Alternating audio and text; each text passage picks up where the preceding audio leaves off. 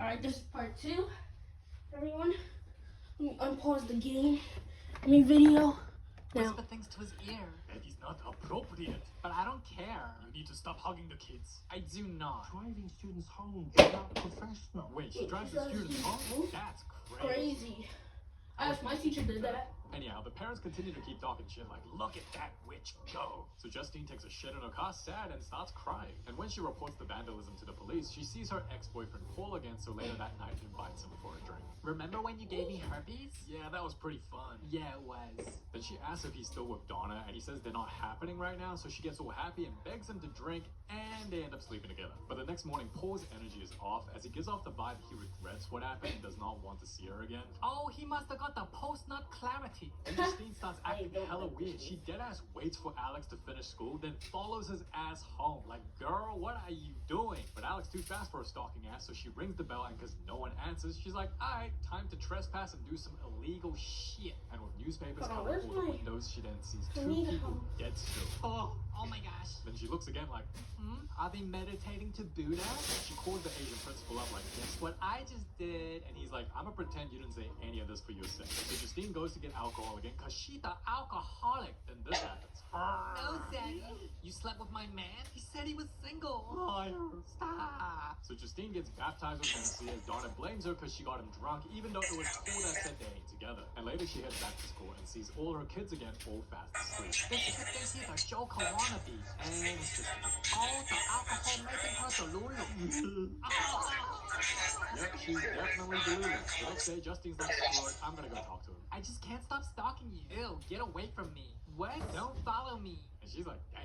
What you say, huh? And she ends up staying outside his place the whole night because she can't take no for an answer. Man, this is just peak unemployed activity. For summer, this Raby pop out walking like she in the Michael Jackson Thriller music video. And opens the trunk of Justine's car and takes a chunk of her hair. But she already has such short hair, so wouldn't she notice a chunk of her hair missing when she wakes up? But the film doesn't want to explain and gives Archer's perspective instead, who's one of the fathers of the kids gone missing. So he replays footage watching his son be the Naruto wannabe who disappears into the bushes, and bro believes it's the teacher's fault acting like a Karen to the police, and at school blaming Justine. And he believes it's her because he found out in Justine's past she got a DUI because she an alcoholic and was let go from a previous school she worked at. Okay, she likes alcohol and got fired from her last job. Okay, so you know that, but how do you connect that and say therefore 17 kids are gone missing?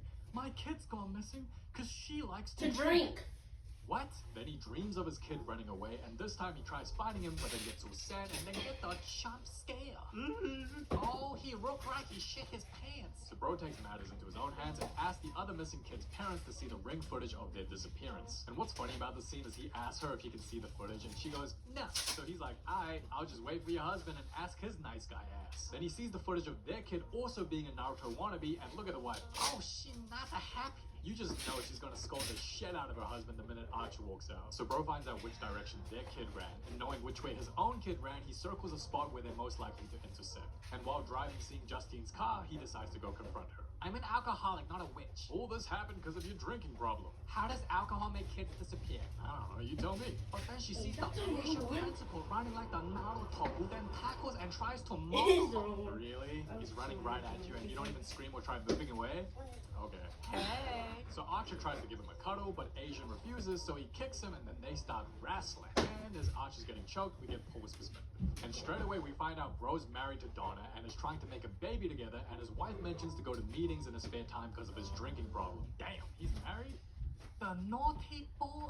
And one day while he's on the job, he sees a druggie acting sus, so he calls him out. Then the truck, he runs off, so he chases him and gives him the K-drama back hug. And he's like, yeah, who's your daddy? Can I smoke some meth before I go? You got anything in your pockets? No, sir, I do not. So he checks to get stabbed by a needle, and scared he might have AIDS, he knocked the druggie out cold. And this low IQ having ass realizes everything is recorded, so he's like, hey buddy, are you alright? And pretty much gives Crackhead a warning and lets him off, in the condition Paul doesn't see him ever again. Oh, and he tells his boss what happened, and guess what? His boss is his father-in-law, Donna's daddy, who tells Paul as long as the druggie doesn't file a complaint, he's fine, but if he does, Paul's screwed. Man. Then getting a text from Justine, bro meets her and they stop banging. Now, I can't upload these scenes on YouTube, but trust me, Someone's cheeks are getting clapped. Clap. And when he gets back home, Donna asks where he's been, and I guess bro just can't lie. I want a divorce. The news spread and Donna's dad knows, and you look at his face. Oh, he is pissed. And to make matters even worse, bro sees the druggie again approaching the station. Hey, I will kill you. So he chases after him and turns his dash cam off. Why is he acting like the druggie made him hit him and made him cheat on his wife? It's like, bro, you did that. That's on you. Then we get James's perspective, and you must be like, who's James? It's the druggie who's super broke and owes money to everyone, including his mama. And he lives day to day stealing, then selling what he stole to feed his crack addiction. Please, I need to sell this. No. 20.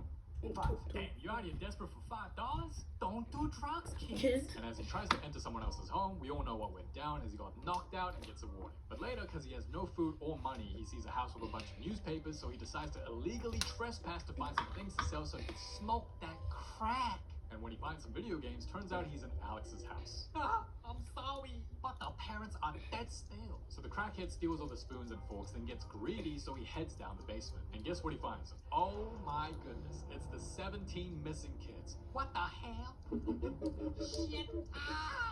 Then Alex's parents start moving like the Michael Jackson again, but Buddy escapes. So he sells the spoons, but then seeing a 50 grand reward for finding the missing kids, he heads to the police station to let them know, only to get chased by Paul, who's now trying to kill him. So the poor druggie head to the bushes. And sees some weirdo waving at him. So creeped out, he heads to his $2 tent, and then he accidentally stabs the cop thinking it's the weirdo, but then tells Paul where the missing kids are, so Paul decides not to kill him.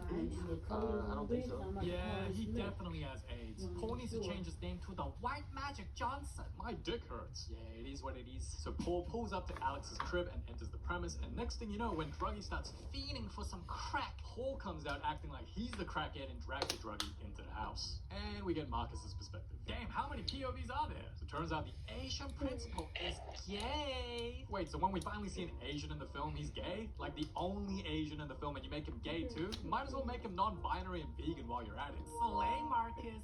Yes. So Marcus meets Alex's aunt Gladys, and while she looks like that, insists Alex's parents aren't well and can't come in person, so he mentioned there was a welfare complaint, and yo, look at her face change. How do you not see this as the principal and go, yo, this is kind of sus? Oh dear. We can't meet the parents, we're going to involve CPS. Which pretty much means, who's the snitch so I can find them and ruin their life? Bro says he can't say and somehow isn't sussed out at all. And when Marcus is back home, his hubby hands him a plate of high cholesterol and diabetes.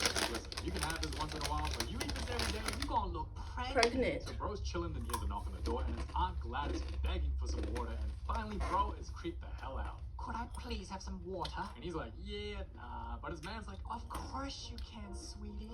Of course you can, you sweet little angel. Now we're all gonna die because I was super nice. Nice. and she's like, Oh, what a lovely house. as Marcus finally looks at her like how he should have looked at her since he first met her, then he looks at his hubby like, Why would you let her in? She's cray cray. anyway, Gladys starts fake coughing, then asks for a bowl to drink water like a weirdo. And look at this bowl? boy just smiling. He has no idea what's about to go down. So Marcus is creeped out, and when he asks her to leave, he sees that she has his ribbon tangled on a stick. And then she cuts herself, then somehow manages to cut this dude's hair, and by the time Marcus tries calling the cops, she puts a spell on his ass and starts controlling him. Oh my gosh. Then she wraps the hubby's hair into the stick, breaks it, and Marcus ends up killing his own husband. Yeah, the scene's pretty bloody, so I can't show it, but I highly recommend you watch this film. Then this witch gets Justine's hair, tangles it on a stick, snaps it, so Marcus is now after Justine. So we all know what happened now that led to the gas station scene. Don't just stand there. Help me. Shit. So 50-year-old Naruto chases her, but gets captured by Asuka as she's running for her life. The store owner deadass says, "Get out of my store!" Really? You clearly see a woman in danger running for her life, and you're thinking, oh, Get out of my store. really? You know what? Just for that, I hope Justine stayed in the store and let Marcus burn it down. Anyway, Marcus follows her and breaks her window, and she's like, and Archer, seeing it all go down, chases after Marcus, then sees him get Bro, oh man, I wanted to do that. So Marcus is dead, and later Archer meets with Justine and apologizes because his dumbass thought 17 kids are missing because of a drinking problem. And by working together, he tells Justine the info he's got, and she finds out the spot Archer circles is Alex's house. And we see the last POV, which is Alex, the quiet kid that gets bullied by others on the daily, but he has a loving family as both his parents seem super sweet. Well, almost too sweet, as they let him out and stay theirs if they want to be a good Samaritan. Yo, is the message of this film saying bad things happen to good people, so don't be good? Because Marcus's husband tried to be good, and look what happened to him. Then Alex sees Aunt Gladys without her clown makeup, and god damn. hot. But the dad reassures him that Gladys won't stay longer than a month, and later that day, as he gets bullied, his dad doesn't show up to pick him up from school. Uh-oh. And when the poor little kid gets home, his parents start acting hella strange. Zach! Then this witch pulls up and tries touching him, and he's like, back off.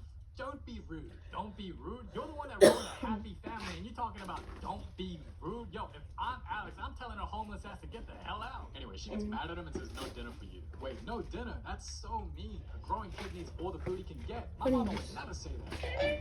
Be my ass clean style. Then his aunt forces Alex to promise not to tell anyone about her by getting his parents to hurt themselves, and tells him if he snitches, she'll know and will make his parents eat each other. What's kind of funny about this scene is that when the parents are hurting themselves, he only screams after the dad and tries to stop his dad while just letting his mom be. Guess we know who his favorite parent is. Now Alex goes to school during the day and feeds his parents during the night. Then one night Aunt Gladys manipulates him, saying she's unwell and to get better she needs an item that belongs to every single one of his classmates, and says if he does that she'll get better and will go back home. So being a gullible little kid, he steals the name tags of every single one of his classmates, and that's how all 17 kids went missing at 2 in the morning. That's so hard. Alex looks at Gladys, she's looking back like, yes, we can start our own Sheen factory. And this scene's just ridiculous. So when Alex is taken into questioning, Gladys puts some makeup on his dad, but look at this. He looks like a dead fish. So you're telling me the dad looks like that? He can't even speak while Gladys just looks and acts weird overall and nobody found it sus? This town detectives are complete apes. Anyway, Rodeo goes to and 17 other kids daily, and we're finally in present day as Alex meets Paul, who's now a vegetable slave, and Alex meets a crackhead too. Then he's told by Gladys they'll be leaving tomorrow, so start packing and do not step over the salt. You know, I'm actually surprised Gladys didn't do anything to Alex. Maybe it's because she needed someone to give her more victims, or just someone to keep feeding them, but either way, I'm just surprised she didn't do anything. Meanwhile, Justine and Archie decide to enter, and I'm guessing they didn't saw the cops because they already saw a cop car outside. Then Justine's like, oh, Zaddy, is that you? And when she steps past the salt truck, he goes after Archer, and Paul chases Justine. Then Alex also decides to randomly step over the salt, resulting in his parents trying to kill him, while Justine gets choked just how she likes it, and Archer gets choked too and sees the missing kids. I noticed there's a lot of choking in this film. I guess that's what the director likes. Choke. I'm not gonna lie, this scene was kinda copying The Shining. But overall, this film was so damn good, and the acting from every character was superb. Harder, Zaddy. And Justine takes Paul's gun and kills Rex, and kills the Buddy too. Yeah, how you gonna explain that to the police? Like, yeah, I killed a cop because the cop was under a suit, you know? Then the Archer tried to find his son, but gets the K-drama moment with Granny Wrinkles instead. And she turns him into a vegetable slave. So Justine gets choked again, but Alex takes a hair from Gladys's wig, wraps it around a stick, and snaps that shit. Yeah. Chop witch, get the karma. Yeah, this scene was hilarious. Her running for her life while entering random people's cribs and just screaming. Pig cinema. Imagine trying to explain to your insurance company all your windows broke as 17 kids ran into it. She gets tackled and the kids start eating. And once Gladys is dead, Archer goes back to normal while Alex is seen hugging his parents. And Archer finally reunites with his vegetable son. Wait a minute, his son was the kid bullying Alex at school?